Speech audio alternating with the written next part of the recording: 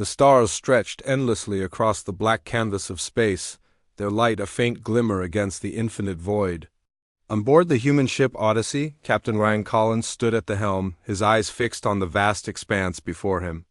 The crew had been traveling for months, their mission clear: to explore uncharted regions of space and search for signs of intelligent life. It was a dream shared by humanity for centuries, but one that always seemed just out of reach. That is, until today, a sudden blip appeared on the radar, catching the attention of Lieutenant Maria Lopez, the communications officer. She adjusted her headset, her fingers dancing over the console as she analyzed the signal. "Captain," she said, her voice steady but tinged with excitement, "we've got something." "A vessel approaching fast?" Ryan turned to face her, his brow furrowing. "Are you sure?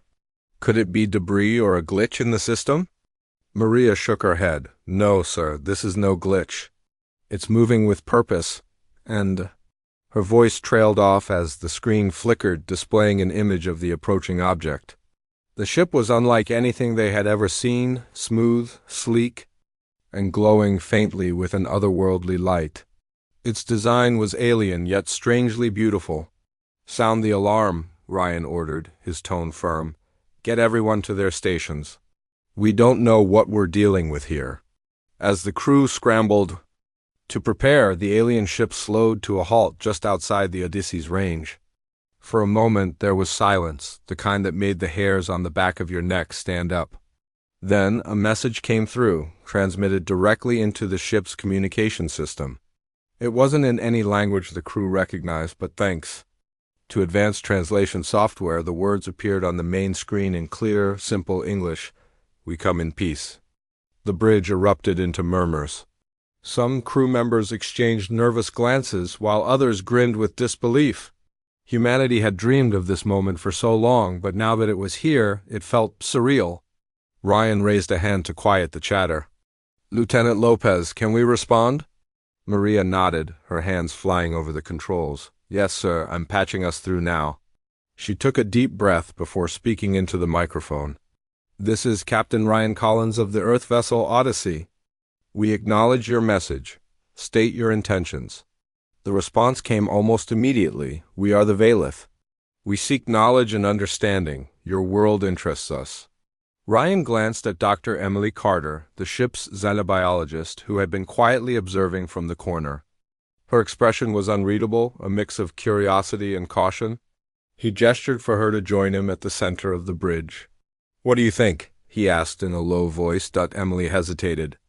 "I don't know. They seem peaceful enough, but there's something about them, something we can't see yet. We need to proceed carefully." Ryan nodded, then turned back to Maria. "Tell them we're willing to meet, but only if they agree to certain conditions. No weapons, no sudden movements, and they stay within designated areas of the ship." Maria relayed the message, and after a brief pause, the Valith responded, "We accept your terms. We will send an envoy to your vessel shortly." As the transmission ended, the tension aboard the Odyssey was palpable.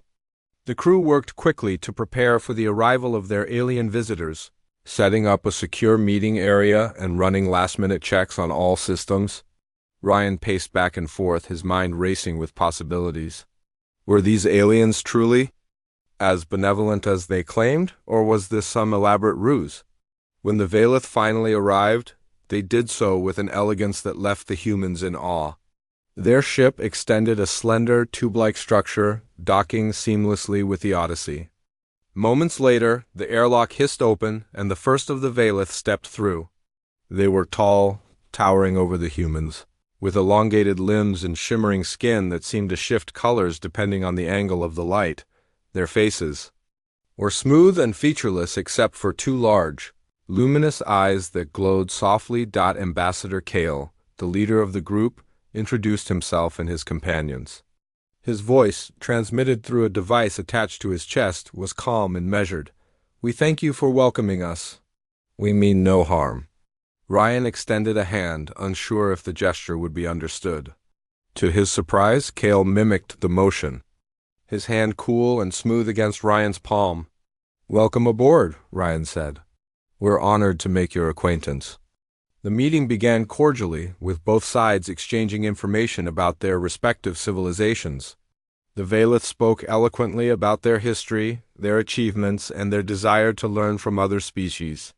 They asked thoughtful questions about Earth, its culture, and its people. For a while, it seemed like everything was going smoothly, but then something unexpected happened. As Kale moved to inspect a railing near the hydroponics bay, the metal beneath his touch began to corrode. At first, it was subtle, a slight discoloration, but within seconds, the material bubbled and dissolved, leaving behind a jagged hole. The crew gasped, stepping back instinctively. Kale froze, his glowing eyes widening in apparent shock. "This was not our intention," he said quickly. "Our biology, it is incompatible with your environment. We did not foresee this reaction."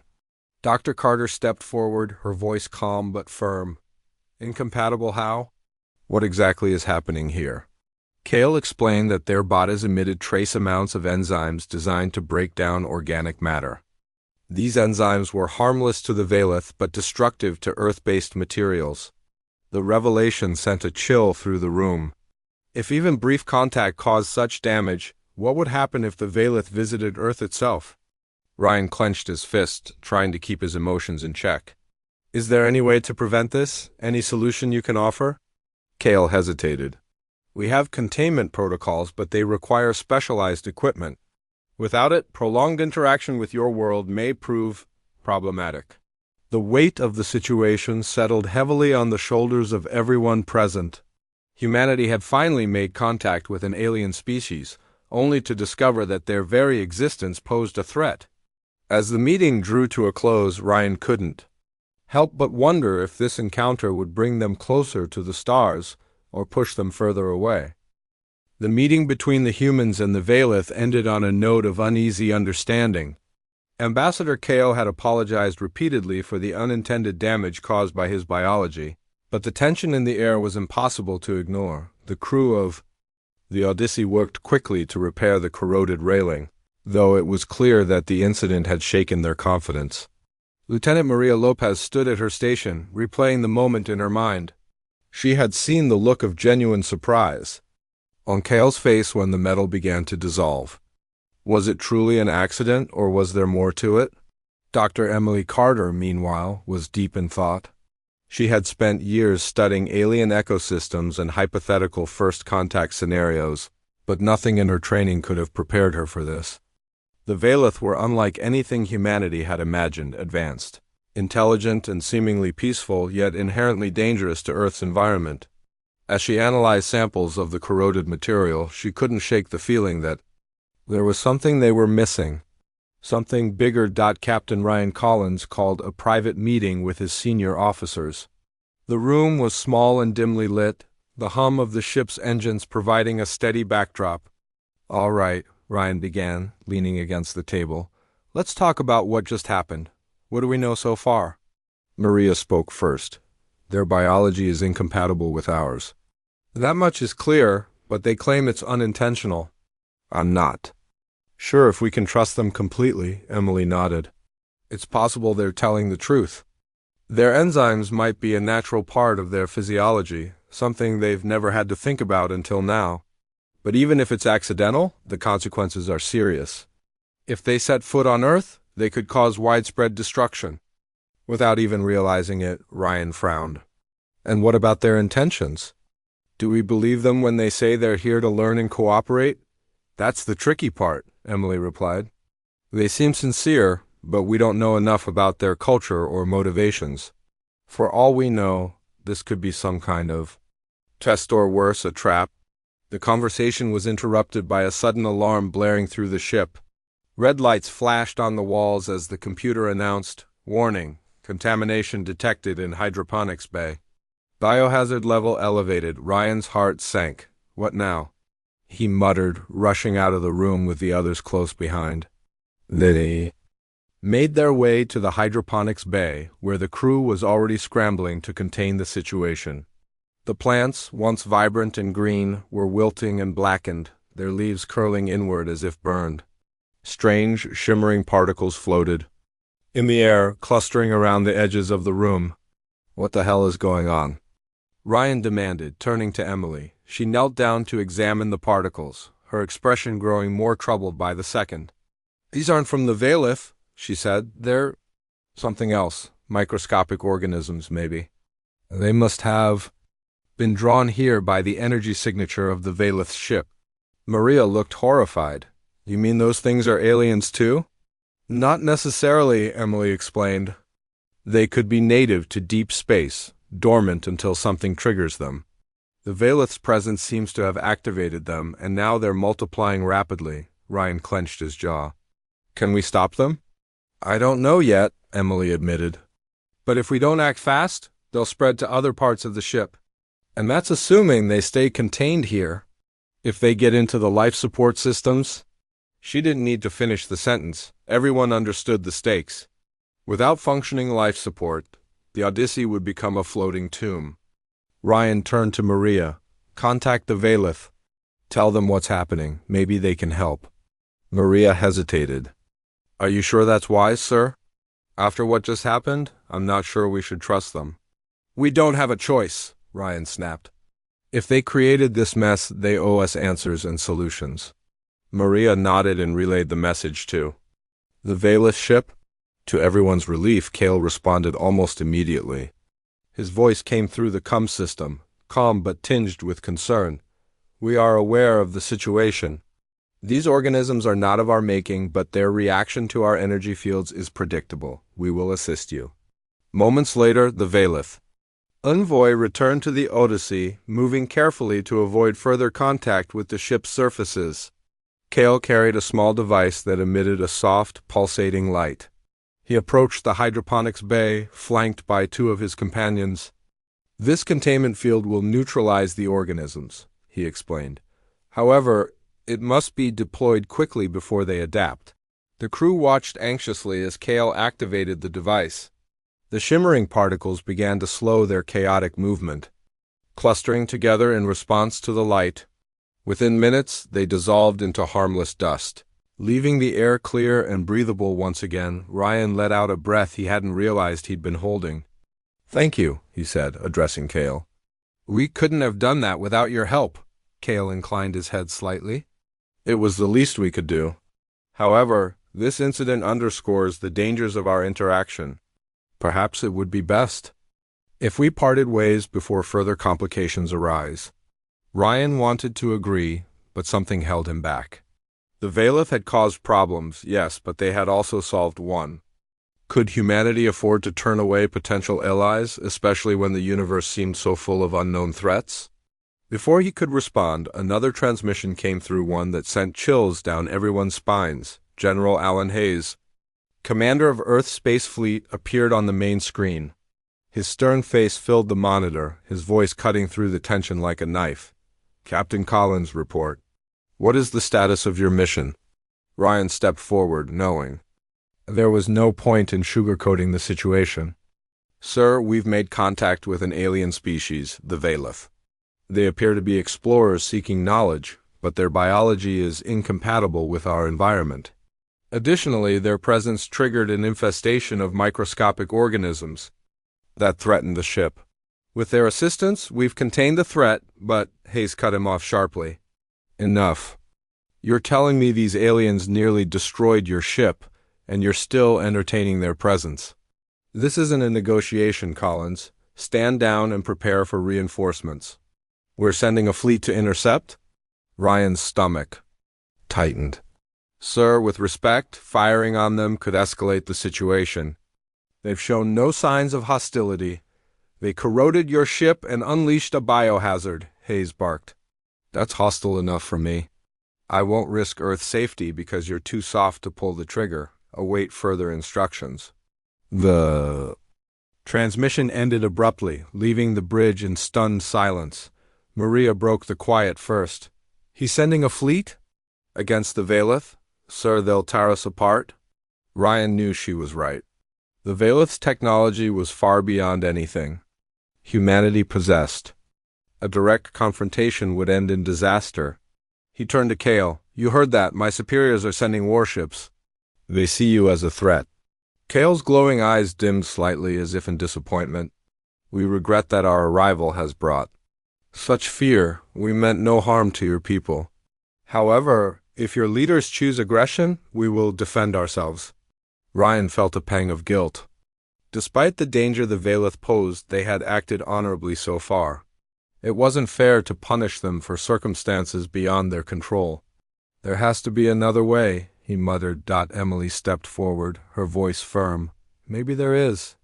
General Hayes doesn't understand the full picture? If we can convince him that the real threat isn't the Valeth, but those organisms, he might stand down. How do we do that? Maria asked. By the time we explain everything, the fleet will already be here. Then we'll have to act fast, Ryan decided. Lieutenant Lopez, send a detailed report to command. Include everything we've learned about the organisms and emphasize that the Valeth helped us neutralize them. Dr. Carter, keep analyzing the data. Find anything that proves the organisms are the greater danger. And Kale, he turned to the alien ambassador. I need you to hold your position. Don't make any sudden moves. Let us handle this. Kale studied Ryan for a long moment before nodding. Very well, we will wait. But know this, if your fleet attacks, we will not hesitate to retaliate.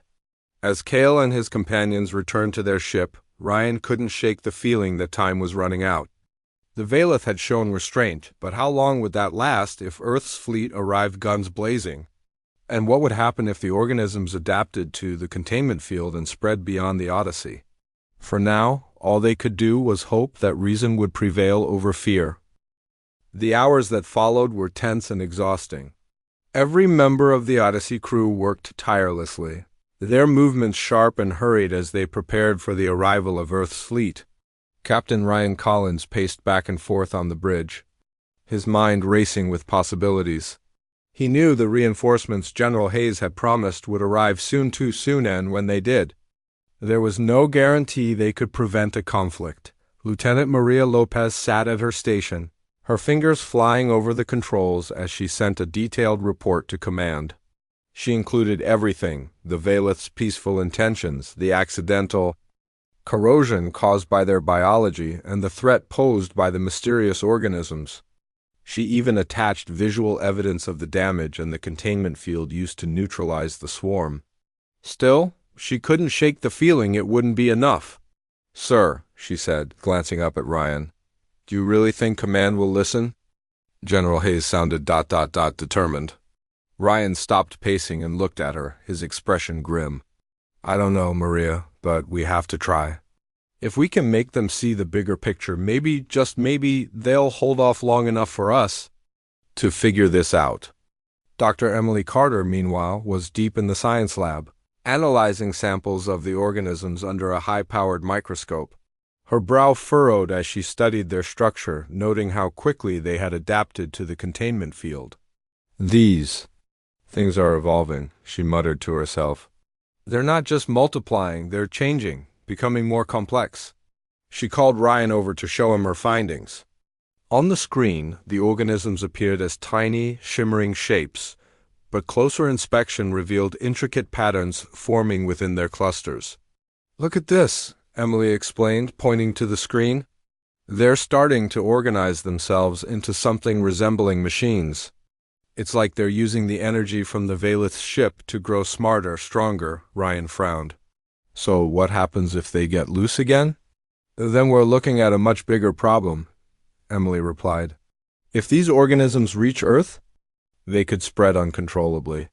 They'd consume resources, disrupt ecosystems, maybe even overwhelm entire cities. The Valeth may have triggered their activation, but they're the real threat here, Ryan nodded slowly. We need to make sure Command understands that. If they focus all their firepower on the Valeth, they'll miss the real danger. As if on cue, the radar pinged, signaling the approach of multiple vessels. The Earth fleet had arrived. Led by the heavily armed cruiser Eclipse, the ships formed a perimeter around the Odyssey and the Valeth vessel. General Allen Hayes' voice crackled over the comm system, stern and unyielding. Captain Collins, report your status. Are the aliens still aboard your ship? Ryan stepped up to the microphone, his tone measured but firm. Negative, sir. The Valeth ambassador has returned to their vessel. General, I urge you to reconsider engaging them. They've shown no signs of aggression and have actually helped us contain a biohazard caused by— Hayes interrupted him sharply. That's enough, Collins. You've done your part. Now step aside and let the professionals handle this. Stand down or face disciplinary action. Ryan clenched his jaw but didn't argue further. He knew there was no reasoning with Hayes right now. Instead, he turned to Maria. Open a channel to the Valeth. We need to warn them. Maria nodded and patched through the transmission. Ambassador Kale's calm voice came through almost immediately. What is your decision, Captain Collins? Ryan hesitated, choosing his words carefully. General Hayes has ordered an attack. I tried to convince him otherwise, but they're not listening. Please, Kale, if you value your safety, leave while you still can. There was a pause before Kale responded. We regret that your leaders see us as enemies. However, fleeing would only confirm their fears. We will remain here, ready to defend ourselves if necessary. Ryan sighed, frustration bubbling beneath the surface. Kale, I understand where you're coming from, but if you stay, people will die. Innocent people. Is that what you want? No, Kale replied, but neither do we wish to appear weak. Your fleet must learn that aggression will not go unanswered. Before Ryan could respond, alarms blared throughout the ship. The Eclipse had fired a warning shot, its bright beam streaking past the Valeth vessel. Everyone on the bridge froze, watching as the alien ship remained eerily still. For a moment, it seemed like the Valeth might ignore the provocation. But then, without warning, they retaliated. Their weapons were unlike anything the humans had ever seen. A single blast from the Valeth ship struck one of the smaller cruisers in the Earth fleet, disabling it instantly. The crew scrambled to evacuate as the vessel drifted helplessly in space, its systems fried. Panic erupted across the fleet, and orders flew back and forth as ships scrambled to form a defensive line. Ryan watched in horror as chaos unfolded outside the Odyssey. This is madness, he muttered. Both sides are escalating, and no one's thinking about the consequences. Maria's voice trembled as she spoke. Sir, the Valeth are winning. Their technology is too advanced. We're outmatched. I know, Ryan said, his voice low. But we can't just sit here and watch. We need to find a way to stop this. Emily, who had been quietly observing the battle, suddenly spoke up. Wait a minute. What if we use the organisms against them? Ryan turned to her, confused. What do you mean? The organisms thrive on energy, Emily explained. They're drawn to the Valeth bioluminescent emissions, but they also respond to our own power sources. If we can redirect their growth toward the battlefield, it might force both sides to stand down or at least buy us some time to negotiate. Ryan considered the idea, weighing the risks. It was a desperate plan, but desperate times called for desperate measures. All right, he said finally. Let's do it. How do we lure them out? Emily grabbed a tablet and began typing furiously. We'll need to release controlled bursts of energy near the affected areas. That should attract the organisms and encourage them to multiply. Once they're concentrated enough, we can deploy another containment field to trap them in place. Ryan nodded. Get to work. Maria, keep monitoring the situation. Let me know if either side makes a move. As Emily and Maria coordinated their efforts, Ryan turned his attention back to the battle raging outside. The Earth fleet was struggling to hold its ground, their weapons proving ineffective against the Valeth's superior firepower. Several ships had already sustained heavy damage, and the Eclipse itself was showing signs of strain. General Hayes's voice came through once again, this time filled with anger and frustration. Collins, why aren't you firing? Get your ship into position and support the fleet. Ryan ignored the order, focusing instead on the task at hand. He trusted Emily's plan, even if it meant defying direct commands. As the energy bursts were released, the organisms began to swarm, drawn to the intense radiation emanating from the battlefield.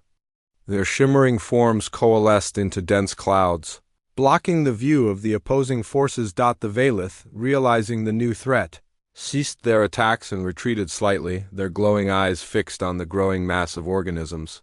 Similarly, the Earth fleet paused, unsure of what to make of the sudden development.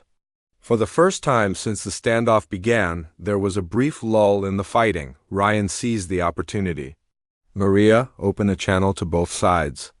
Tell them we've identified the organisms as the primary threat and propose a temporary ceasefire to deal with the issue. Maria complied, her voice steady despite the tension. To everyone's surprise, both the Valeth and General Hayes agreed to the proposal. Though reluctant, Hayes recognized the potential danger posed by the organisms and reluctantly ordered his fleet to stand down for now, with the immediate threat contained. Ryan allowed himself a moment of relief. But he knew the peace was fragile, held together by little more than mutual self-interest. As the crew worked to stabilize the situation, he couldn't help but wonder how long it would last, and whether humanity was truly ready to face the challenges of the cosmos. For now, though, they had bought themselves some time. Time to think, to plan, and perhaps to find a way forward that didn't involve destruction. The temporary ceasefire held, but the tension aboard the Odyssey was thick enough to cut with a knife. Captain Ryan Collins stood on the bridge, watching as the shimmering mass of organisms hovered between the Earth fleet and the Valeth ship. The creatures, once tiny and insignificant, had grown into a pulsating cloud of glowing particles, their movements erratic yet purposeful. It was clear they were evolving rapidly, responding to the energy fields emitted by both sides. Dr. Emily Carter worked tirelessly in the science lab, her eyes glued to the monitors as she analyzed the organism's behavior. She had set up additional containment fields around the affected areas, hoping to slow their spread while she figured out a way to neutralize them permanently. "These things are learning," she muttered to herself, adjusting the settings on her equipment. "They're not just reacting, they're adapting. If we don't act soon, they'll become unstoppable." Ryan joined her in the lab, his expression grim. "How bad is it?"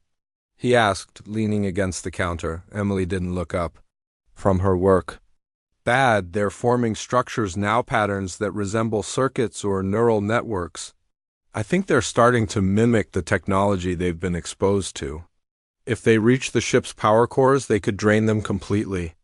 Ryan's stomach tightened. "Can we destroy them?"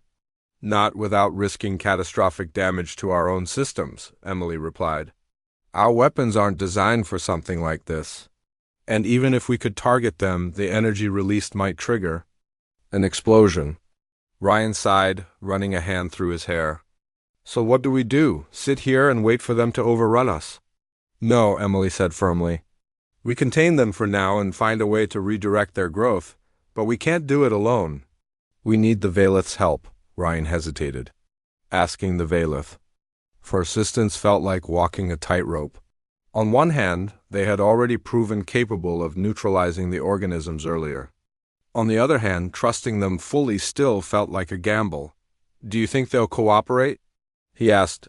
"They have to," Emily said. "If these organisms get loose, they'll be just as screwed as we are. Their biology might protect them from corrosion, but their ships won't survive an infestation." Convinced, Ryan returned to the bridge and opened a channel to the Valeth vessel. Ambassador Kale appeared on the screen, his luminous eyes steady but cautious. "What is your request?" "Captain Collins?" he asked. Ryan got straight to the point. "The organisms are evolving faster than we anticipated. Our containment fields are holding for now, but we can't stop them indefinitely. We need your technology to neutralize them completely." Kale tilted his head slightly as if considering the proposal. "You ask much of us." "How do we know this? Is not a ruse to gain access to our systems?" "I'm not asking for anything beyond what's necessary to solve this problem," Ryan replied. "If we don't work together, those organisms will consume everything, including your ship. You saw what happened earlier." "Do you really want to take that risk?" After a long pause, Kale nodded. "Very well, we will assist you. But understand this. If your fleet attacks again, we will retaliate without hesitation." "Understood," Ryan said. He turned off the transmission and turned to Maria. "Let's hope this works." Meanwhile, General Alan Hayes fumed aboard the Eclipse. The standoff had gone on long enough, and he was growing increasingly impatient. To him, the Valeth were nothing more than a threat that needed to be eliminated. That Ryan Collins had refused to follow orders only fueled his anger. "Lieutenant Foster," he barked, addressing his communications officer, "send a message to the Odyssey. Tell Collins that if he doesn't resume firing within the hour, I'll relieve him of command." Lieutenant Foster hesitated. "Sir, the organisms— I don't care about the damn organisms." Hayes snapped. "This is about protecting Earth. Those aliens are dangerous, and every second we waste gives them time to prepare for another attack. Now send the message." Foster reluctantly complied, knowing full well that Ryan would ignore the order. Still, the pressure from command was mounting, and the crew of the Eclipse braced themselves for what might come next. Back on the Odyssey, Maria intercepted the message and immediately relayed it to Ryan. "Sir, Hayes is threatening to remove you from command if we don't attack," she said, her voice tinged with worry. Ryan clenched his fists but kept his composure. "He can try. But right now, my priority is keeping this crew and this mission alive. Let him rant all he wants." Maria nodded, though she couldn't hide her unease. "What do we tell him?" "Nothing," Ryan replied. "We keep working with the Valeth and focus on neutralizing the organisms. If Hayes wants to court-martial me later, so be it." As the hours passed, the collaboration between the humans and the Valeth began to yield results. Using a combination of Earth-based engineering and Valeth technology, they developed a device capable of dispersing the organisms harmlessly into space. The process was delicate, requiring precise coordination between both species, but slowly, the shimmering cloud began to shrink. Emily monitored the operation closely, her heart pounding with anticipation. "It's working," she whispered, almost afraid to jinx it. "The organisms are breaking apart. They're losing cohesion." Ryan allowed himself a small smile. "Good work, everyone. Keep it up." But just as hope began to rise, disaster struck. One of the Earth cruisers, misinterpreting the shrinking cloud as a sign of weakness, fired a stray shot at the Valeth ship. The blast missed its mark, but the damage was done. The Valeth reacted instantly, their weapons trained on the offending vessel. Within moments, the cruiser was disabled, its crew scrambling to evacuate. General Hayes' voice thundered over the comm system. "Collins, what the hell is going on?" "Why aren't you firing back?" Ryan's temper flared. "Because attacking them wasn't part of the plan. That cruiser disobeyed orders, and now we're paying the price." "You're too soft, Collins," Hayes growled. "This is exactly why I should have taken command from the start." "Stand down, or I'll do it myself." Ryan ignored him, turning instead to Maria. "Open a channel to the Valeth. Tell them it was a mistake and isolated incident. We're still committed to the ceasefire." Maria complied, her hands trembling as she patched through the transmission. Cale's voice came through, calm but firm. "Your people continue to test our patience, Captain Collins. How can we trust you when such incidents occur?" Ryan took a deep breath, choosing his words carefully. "I can't speak for everyone, Cale, but I can assure you that the majority of us want peace.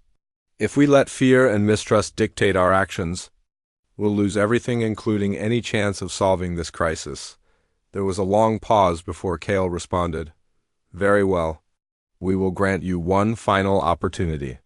But know this, another attack will not go unanswered." As the transmission ended, Ryan turned to his crew. "All right, people, we've been given a second chance. Let's not waste it. Focus on finishing the job and getting these organisms under control." The team worked tirelessly, their movements synchronized despite the chaos surrounding them. Slowly, but surely, the organism cloud dissipated, its remnants drifting harmlessly into the void. When the last traces were gone, a collective sigh of relief swept through the Odyssey. For the first time in hours, it felt like they could breathe again. With the immediate threat neutralized, attention turned to the aftermath. General Hayes demanded a full report, his tone icy and unforgiving. "Explain yourselves, Collins. Why did you defy direct orders? And why are you still coddling those aliens?" Ryan met the general's glare head-on. "Because they helped us save this fleet, sir." Without their assistance, those organisms would have destroyed us all. And as for defying orders, I did what I believed was best for the mission. If you want to court-martial me for that, go ahead. But I stand by my decisions. Hayes's jaw tightened, but he said nothing more. Instead, he turned his attention to the Valith ship, which remained stationary in the distance. Fine, he muttered. But mark my words, Collins, if they step out of line again, I won't hesitate to act. Ryan didn't respond. He knew there was no reasoning with Hayes, not when fear and pride clouded his judgment. Instead, he focused on the task at hand, ensuring that humanity learned from this experience. Ambassador Kale reached out one final time before departing. Captain Collins, we regret that our presence has caused such turmoil. Perhaps it was a mistake to contact your world. Your species is young, volatile, and unprepared for the challenges of the cosmos. We wish you well, but we must leave now. Ryan nodded, feeling a pang of regret. I understand, Kale, and I'm sorry for everything. Maybe someday, when we're ready, we'll meet again.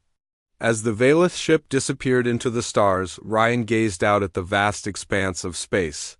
Humanity had survived its first brush with alien life, but the cost had been high. Trust had been broken, lessons had been learned, and the road ahead seemed fraught with uncertainty. Yet, despite it all, Ryan couldn't help but feel a glimmer of hope. Somewhere out there, among the endless stars, lay the promise of discovery and perhaps redemption. The Valith ship vanished into the darkness of space, leaving behind a silence that weighed heavily on the crew of the Odyssey. Captain Ryan Collins stood on the bridge, staring at the empty void where the alien vessel had been moments before. The encounter had ended, but its impact lingered like an open wound. Humanity had made first contact with an advanced species, only to nearly destroy itself in the process. Lieutenant Maria Lopez broke the quiet. Do you think we'll ever see them again? She asked softly, her fingers resting lightly on the combs. Console. Ryan didn't answer right away. He wasn't sure what to say. The Valith's parting words echoed in his mind. Perhaps it was a mistake to contact your world. It stung, not just because it felt like a rejection, but because deep down he knew they were right. Humanity was young, impulsive, and unprepared for the complexities of interstellar diplomacy. Still, there was a flicker of hope buried beneath the regret. Maybe, he said finally, if we learn from this, maybe someday. Dr. Emily Carter joined them, her face pale with exhaustion, but her eyes sharp with determination. We can't afford to forget what happened here, she said firmly.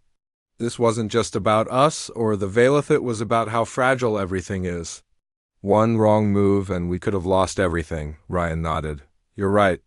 We need to document every detail, the organisms, the Valith's technology, their behavior, everything. If we don't, we risk repeating the same mistakes. Maria sighed. And what about command? Hayes isn't going to let this go. He'll demand answers. And he won't like hearing that we worked with the Valith instead of attacking them. I know, Ryan admitted, but we did what we had to do. If Hayes wants to punish me for it, so be it. At least I can look myself in the mirror knowing I made the right call. The General Alan Hayes was furious. Back aboard the Eclipse, he paced. The length of the command center, his boots clicking sharply against the metal floor. The mission had spiraled out of control, and in his eyes, Ryan Collins was to blame. Stand down? Collaborate with the enemy? What was he thinking? Hayes muttered to himself, his voice dripping with disdain. Lieutenant Foster, standing nearby, cleared his throat nervously. Sir, the organisms are gone. The threat has been neutralized. Doesn't that count for something? Hayes stopped pacing and turned to glare at him. Neutralized because we let those aliens walk all over us. That's not victory, Lieutenant. That's weakness. And weakness invites more trouble. But sir, Foster pressed cautiously, the Valith helped us. Without their technology, we wouldn't have been able to stop the organisms. Doesn't that mean enough? Hayes barked. I don't care what they did or didn't do. The fact remains that humanity came face to face with an alien species, and instead of asserting our dominance, we rolled over like cowards. That's unacceptable, Foster. Fell silent, knowing better than to argue further. Hayes's pride wouldn't allow him to see reason, no matter how clear the evidence. Instead, he focused on preparing the fleet for departure. The standoff was over, but the fallout was just beginning. Back on Earth, news of the encounter spread quickly. Governments convened emergency meetings, scientists debated the implications of the Valeth's existence, and ordinary citizens argued over whether humanity should pursue further contact with extraterrestrial life. Opinions were divided. Some viewed the Valeth as saviors who had helped humanity avoid catastrophe. Others saw them as invaders who had exposed Earth's vulnerabilities. Fear and uncertainty gripped the planet, overshadowing any sense of wonder. While curiosity in the midst of the chaos, Ryan and his crew returned home. Their arrival was met with mixed reactions. Admirals praised their ingenuity and resourcefulness, while critics accused them of undermining Earth's security. Ryan endured hours of questioning during debriefings, defending every decision he had made aboard the Odyssey. It was exhausting, but he refused to back down.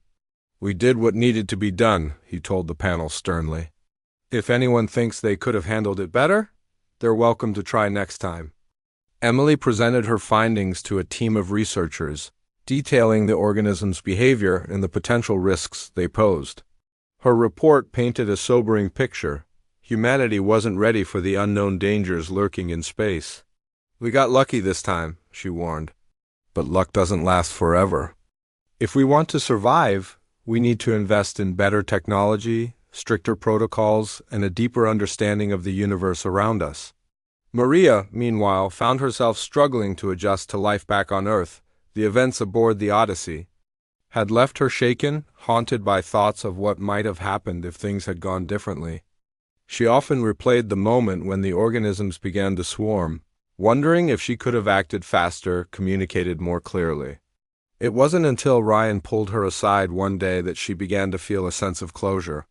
"Maria," he said gently, "you did good work out there. None of this was your fault." She looked up at him, her eyes glistening with unshed tears. "I just keep thinking about how close we came to losing everything. What if we hadn't figured it out in time?" Ryan placed a reassuring hand on her shoulder. "Then we'd be dead, and Earth would be dealing with the consequences, but we didn't fail. We adapted, we survived, and we learned. That's what matters." Weeks passed, and the initial frenzy surrounding the encounter began to fade. Life on Earth returned to normal, or as normal as it could be after such an event.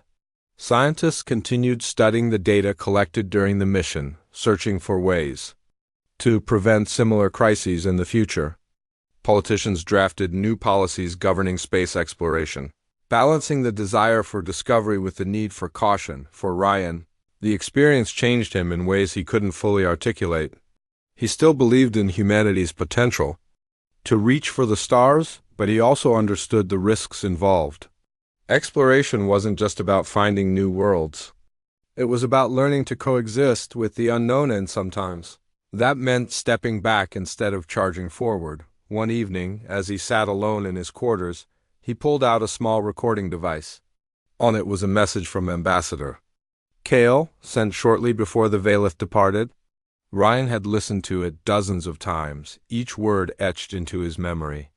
"Captain Collins," Kale's voice began, calm and measured, "we leave your world with mixed feelings. Your species possesses great courage and intelligence, but also recklessness and fear. These traits will shape your destiny, for better or worse. Perhaps in time you will grow wiser. Until then, may your journey through the stars bring you both challenge and enlightenment." Ryan set the device down, staring out the window at the night sky.